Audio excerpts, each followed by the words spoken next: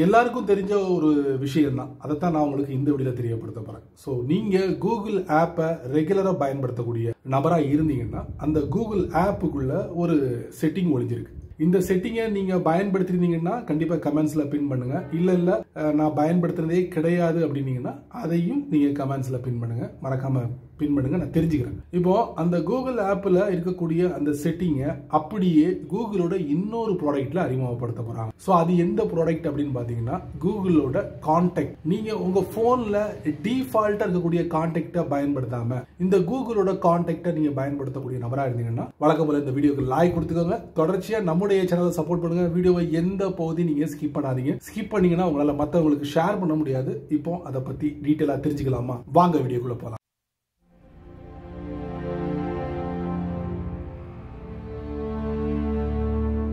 நம்ம போனுக்கு தேவையான அப்ளிகேஷனை பிளே ஸ்டோர்ல இருந்து இன்ஸ்டால் பண்ணி நம்ம பயன்படுத்தும். அப்படி பயன்படுத்தும் போது ஒரு சில அப்ளிகேஷன் நீங்க டைரக்டா பயன்படுத்தலாம்.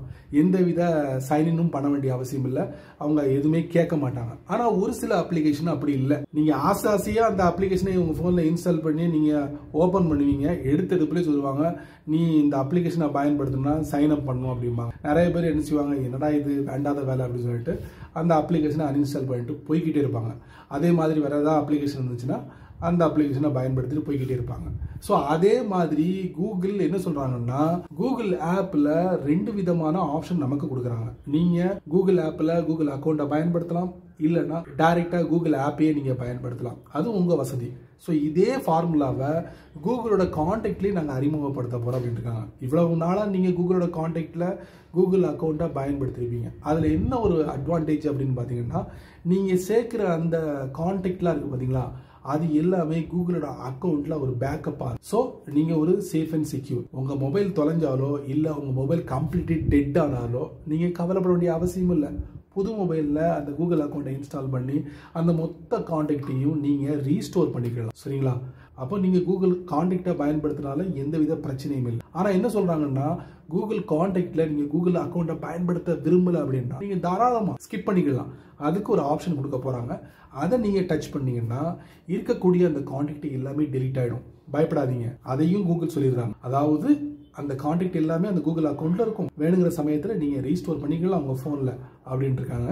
ஸோ கூகுள் கான்டாக்ட்லயும் 2 விதமா நீங்க பயன்படுத்தலாம். ஒன்று கூகுள் அக்கௌண்ட்டை பயன்படுத்தலாம், இல்ல கூகுள் அக்கௌண்ட்டே இல்லாம கூட நீங்க கூகுள் கான்டாக்டை பயன்படுத்த முடியும். ஒரு சின்ன எக்ஸாம்பிளுக்காக நான் கூகுளோட ஆப்ல போயிட்டு நான் உங்களுக்கு காட்டுறேன், தெரிஞ்சுக்கோங்க. நான் முதல்ல சொன்ன மாதிரி கூகுளோட அக்கௌண்ட்டை பயன்படுத்தாமலேயே கூகுளோட ப்ராடக்டை பயன்படுத்த முடியும். அதுவும் எதுலன்னா கூகுளோட கான்டாக்ட்ல. அந்த செட்டப் வரல.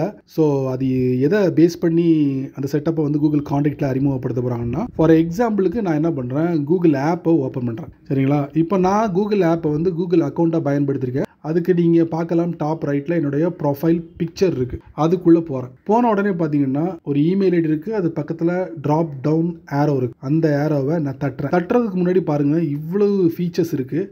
நான் கூகுள் அக்கௌண்ட்டை பயன்படுத்திருக்கேன். இப்போ ரைட்டில் ஒரு ட்ராப் டவுன் ஏரோ இருக்கா, அதை நான் தட்டுறேன். தட்டின உடனே பாருங்க யூஸ் வித்தவுட் அன் அக்கௌண்ட். அப்போ நீங்க கூகுள் ஆப்ல கூகுள் அக்கௌண்ட்டை பயன்படுத்தாமலேயே கூகுள் ஆப்பை பயன்படுத்த முடியும். இப்போ நான் அதை சேஞ்ச் பண்றேன். டாப் ரைட்ல பாருங்க ப்ரொஃபைல் பிக்சர் காணும். இப்போ நீங்க கூகுள் ஆப்பை பயன்படுத்தலாம். அப்படிதானே? இப்போ மறுபடியும் டாப் ரைட்ல தட்டுவோம்.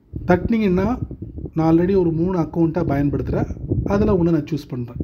ஸோ முன்னாடி கூகுள் அக்கௌண்ட்டை பயன்படுத்தும் போது நிறைய ஃபீச்சர்ஸ் இருந்துச்சு. இப்போ கூகுள் அக்கௌண்ட்டை நான் பயன்படுத்தலை, அந்த ஃபீச்சர்ஸ் எல்லாம் காணும். மறுபடியும் என்ன பண்ணுறேன், ஒரு அக்கௌண்ட்டை சூஸ் பண்ணுறேன்.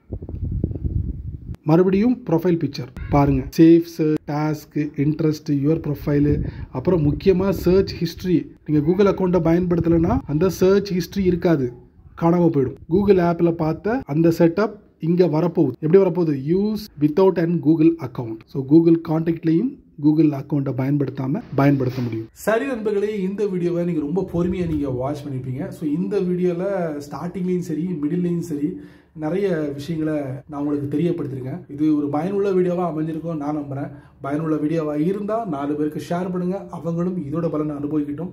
நீங்கள் நம்ம சேனலுக்கு புதுசாக இருந்தீங்கன்னா வழக்கம் போல் கீழே நிறைய பட்டன்ஸ் இருக்குது. அதில் உங்களுக்கு பிடிச்சதை தட்டி விட்டுக்கோங்க. அதுக்கு கீழே இந்த வீடியோவை பற்றி நல்ல ரீதியில் கமெண்ட்ஸ் பண்ணிக்கோங்க. பிடிச்சா லைக் பண்ணுங்கள், பிடிக்கலைன்னா அன்லைக் பண்ணுங்கள்.